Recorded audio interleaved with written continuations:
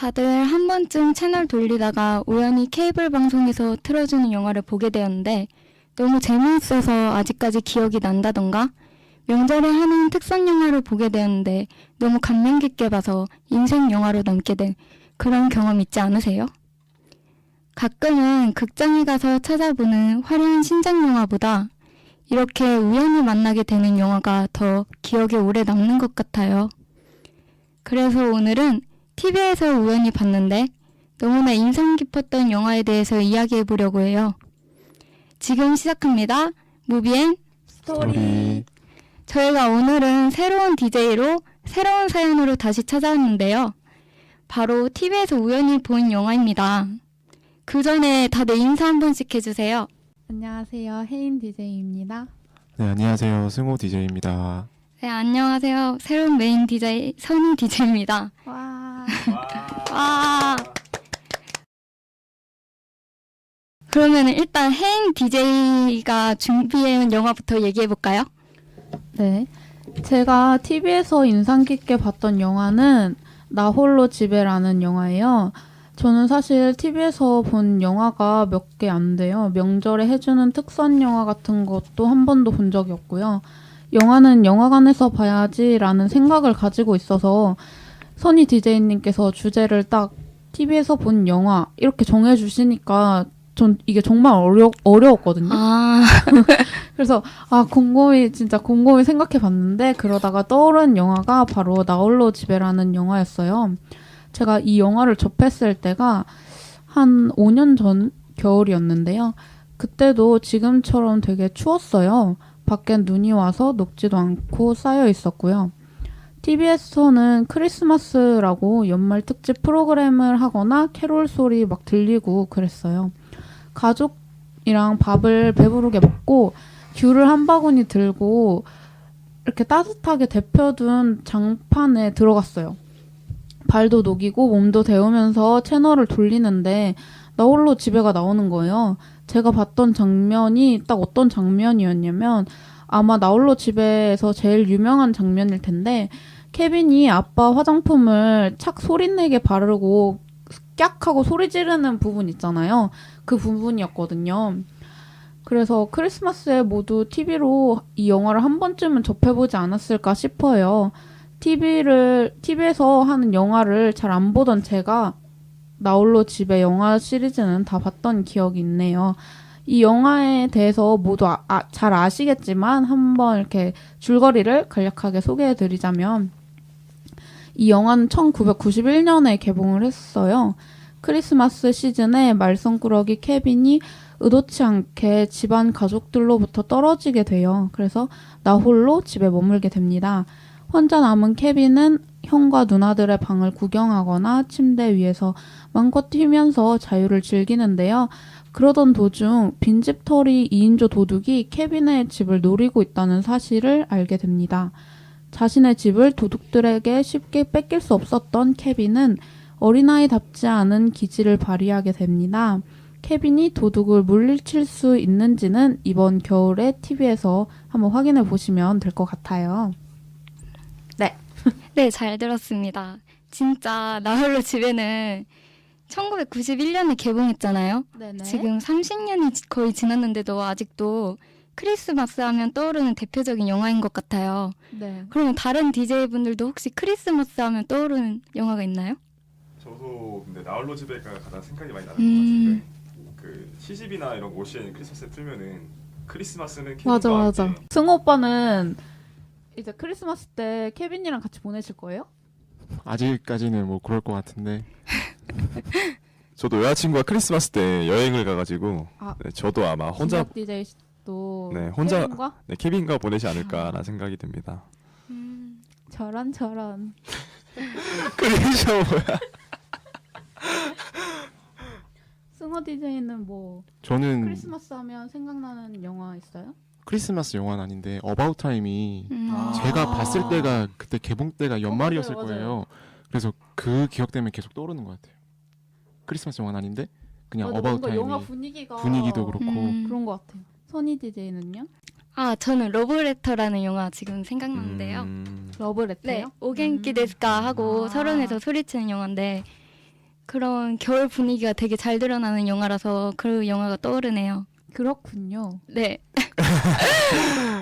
어바웃 너무 재밌게. 아, 근데 그 영화 제목이 뭐죠? 그 스케치북 올라가는 러브 액츄얼 러브 액츄얼리. 러브 액츄얼리. 그 영화도 되게 대표적인 영화. 그렇죠. 아닌가요? 눈 오는 날. 맞아요. 크리스마스 그게 영화. 하버드 대학을 배경으로. 눈 날리는. 아, 하버드 네.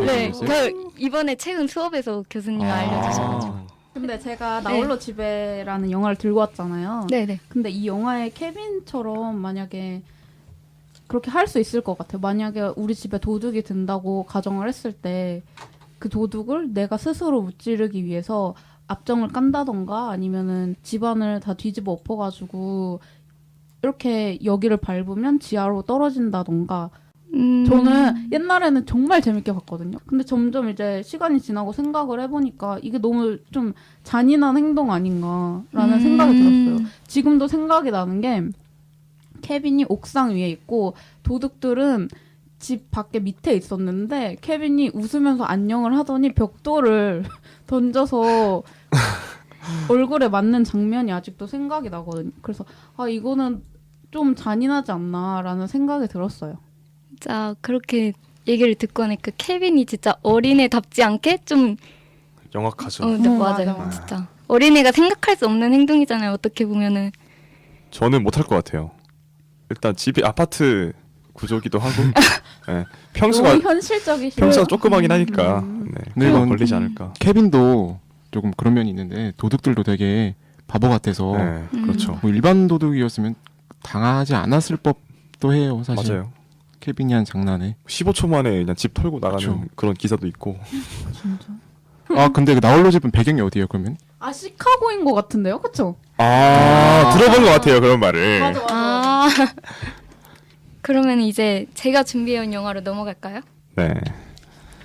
그럽시다.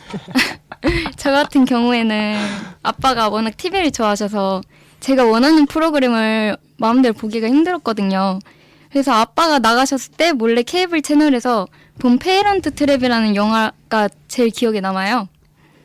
이 영화 줄거리는 이혼한 부모님 밑에서 따로 살면서 서로의 존재를 모른 채 살던 두 쌍둥이가 우연히 여름 캠프에서 서로를 만나게 되면서 시작되는데요. 두 아이들이 캠프가 끝나는 날 서로가 상대방으로 가장하여 돌아가 부모님을 바꿔서 생활하고 두 분이 재결합하도록 이를 꾸미기로 작당한다는 내용의 영화입니다. 지금은 할리우드의 악동이라고 불리는 린제이 로한의 주근깨 가득한 어렸을 때 모습을 볼 수 있는 영화인데요. 저는 처음 봤을 때는 그냥 닮은 두 아역을 써서 촬영한 줄 알았는데 린제이 로한이 1인 2역을 소화했다라고 하더라고요. 어린 나이에 연기력이 정말 대단하다고 생각했어요. 혹시 저도 이 영화를 OCN이라는 채널에서 본 것 같은데 TV를 돌리다가 뭐 OCN에서 봤던 그런 영화 중에 기억나는 거 있으세요? 혹시 굳이 OCN이 아니더라도 너무 지엽적이었다. 너무 참신한 질문인 것 같아요. 반지의 제왕. 반지의 제왕 또 많이 네. 틀어주죠. 시리즈별로. 뭐 해리포터 시리즈를 많이 틀어주는 것 같아요. 네. 시리즈별로 반지의 제왕도 그렇고. 시리즈를 되게 많이 틀어주는 것 같아요. 저 반지- 네. 네, 저 재밌게 봤거든요. 아라곤 진짜 다 봤어요. 호빗이랑 저 제가 시리즈. 해리포터랑 반지의 제왕이 제가 초등학교 때부터 계속 시리즈 그렇죠. 나왔던 건데 저는 약간 해리포터 쪽이어서 반지의 제왕을 별로 안 좋아했어요. 너무 옛날 배경이기도 하고. 근데 어느 날 OCN에서 틀어주는 걸 보는데 너무 웅장한 거예요. 그 배경하고 사람들 나오는 게. 그래서 그때 시리즈로 계속 했었는데 엄청 오래 봤었어요. 그래갖고 자리 잡고 아예 그랬던 기억이 있습니다. 일부러 시리즈물을 틀어주는 경우가 많다고 하더라고요. 그쵸. 그게 스파이더맨도 시청자들을 계속 그렇고. 잡아낼 수 있으니까. 근데 광고도 너무 많아갖고 아, 맞아. 맞아. 근데 TV에서 볼 때 TV에서 영화를 볼 때는 광고가 중간 흐름이 그럴 때도 맞아 맞아요. 보다가 1분을 계속됩니다. 진짜 재밌게 또 봤는데 거기서 보다가- 끊긴 1분이 아니에요 항상. 맞아. 1부가 1분 기다리려고 했는데 1, 2부가 진짜 하나입니다. 광고가 도대체 얼마나 긴 건지. 진짜 거의 아, 한 체감상 한 영화가 끝난 다음 영화를 넘어올 때 더 길어가지고 진짜. 오히려 아는 영화를 보는 게 재밌을 때도 있어요. 그 아, TV에서 맞아요, 보면은 맞아요. 한 번 더 보고 우연찮게 그쵸. 틀었는데 신세계 같은 경우도 되게 많이 봤거든요. 신세계는 그런 식으로. 진짜 그냥 돌리다가 신세계 나오네 그러고 끝까지 보고. 맞아. 제가 알아보니까 판권이 비싼 A급 영화가 더 시청률이 높게 나올 줄 알았는데 오히려 그런 경우도 물론 있기는 하지만 관계자들 말로는 배트맨 비긴즈나 황금 나침판처럼 누구나 이름은 아는데 흥행은 안 된 영화들이 의외로 시청률이 높은 경우도 있다고 하더라고요. 실제로도 제가 그렇게 생각을 해보니까 그럴 수 있을 것 같다고 생각이 드는 게 실제로 이름만 들어보고 안 본 영화에 더 호기심을 갖게 되잖아요. 그쵸. 이미 너무 흥행돼서 다 본 영화보다는. 그래서 그런 게 일리가 있겠다 이런 생각을 했어요. 황금 나침반 얘기하셔서 생각난 건데요. 저도 그 방학 때 그냥 누워 있다가 TV를 틀었는데 황금 나침반이 나와가지고 봤어요. 그냥 들어봤던 영화인데 그게 되게 재밌겠다. 이름은 유명한데 굳이 찾아서 본 사람 네. 별로 없는 그런 영화더라고요. 그렇게 막 재밌진 않더라고요. 저도 옛날에 그 초등학교 때 그 6학년 때 비행기 타고 영국 갈 때 그 8시간 동안 비행을 하잖아요. 그때 그 황금나침반을 틀어줬었던 것 같아요. 기내 저 항공에서. 비행기 네. 탔을 때 본 영화가 그건데 아. 스카이하이 아세요? 스카이아요? 저는 아 알아요. 그 초록자 나오는 거. 초록자학교. 그거를 비행기 때 본 기억이 있는데 그걸 TV에서 할 때마다 계속 봤었어요. 저도 스카이 TV에서 본 것 같아요. 그거 진짜 그 재밌네. 돌고 도는 영화들이 좀 있는 맞아요. 것 같아요. 항상. 맞아요. 다음 영화는 뭐죠? 지금까지 TV에서 우연히 봤는데 기억에 남은 영화에 대해서 사연들을 받아봤는데요. 사연 얘기해 네. 주시겠어요? 네, 제가 사연을 하나 읽어보겠습니다. 네네. 닉네임은 최진영 여친이고요. 네, 가로 열고 진아리라고 되어 있는 분의 사연을 읽어보겠습니다. 네. 네, 영화는 러브로즈인데요. 친구들과 밤에 집에서 놀다가 우연히 이 영화를 보게 됐어요. 평소에 제가 좋아하던 두 배우가 나와서 그런지 더욱더 집중해서 보게 된 것 같네요. 사실 내용이 고구마 1000개 정도 먹은 만큼 답답하긴 하지만 저는 친구들이 로맨스 영화를 추천해달라고 할 때 이 영화를 빼먹지 않고 추천해주는 편이에요.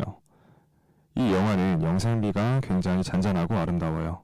뭔가 보고 있으면 마음이 몽글몽글하고 웃길 때는 또 확실하게 웃겨주고요.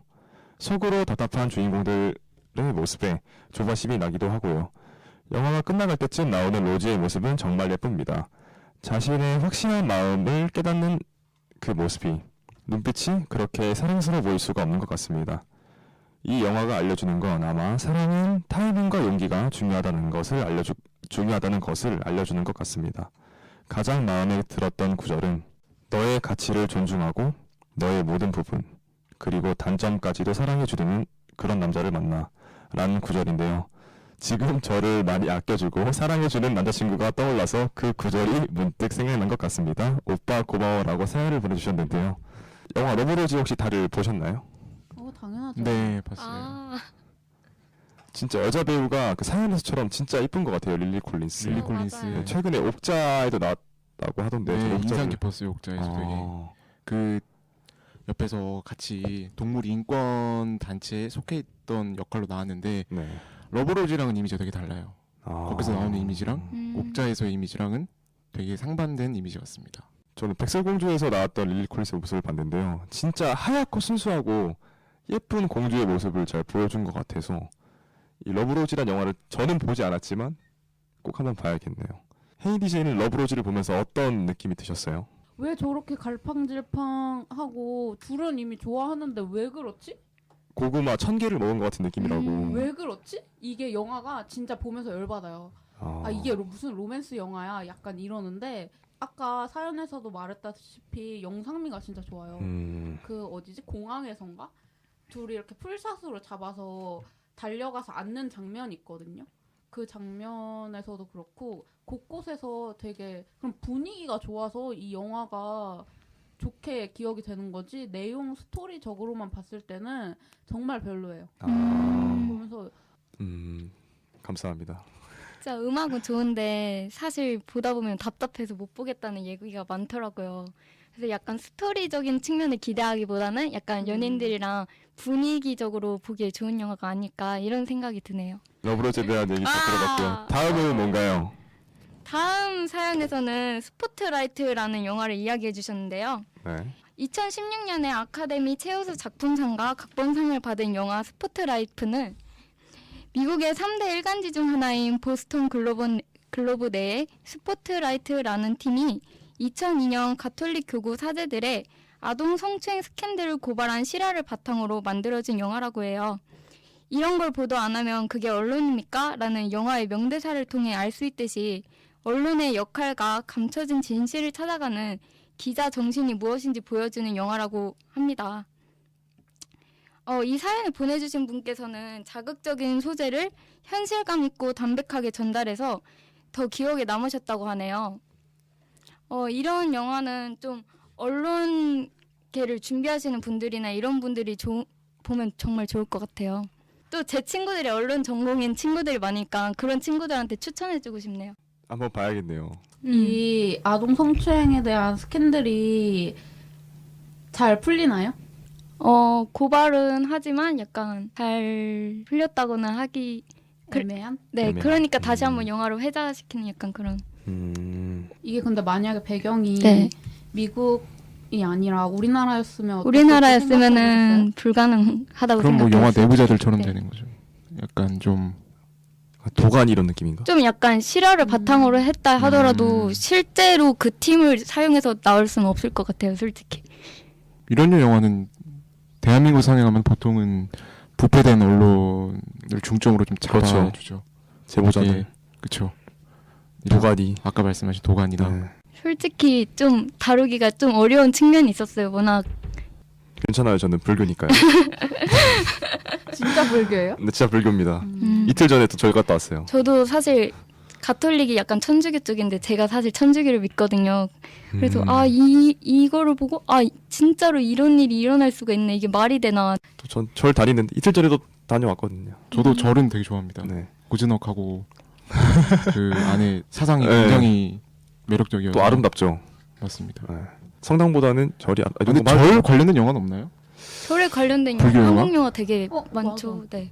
아니면 약간 중국 쪽도 그런 아 영화가 있고. 중국 쪽에 많은 것 같은데 한국 쪽에서 절 관련된 한국 영화. 쪽은 그거 제가 저는 봤던 옛날에 영화가 깡패 영화 있는데, 그 스님하고 이 영화가 아닌 것 같습니다. 죄송합니다. 통편사. 네. 오세암. 오세암. 와 진짜 오랜만에 들어본 이름이다. 맞아. 와 오세암 진짜 어렸을 때 눈물 흘리면서 봤는데.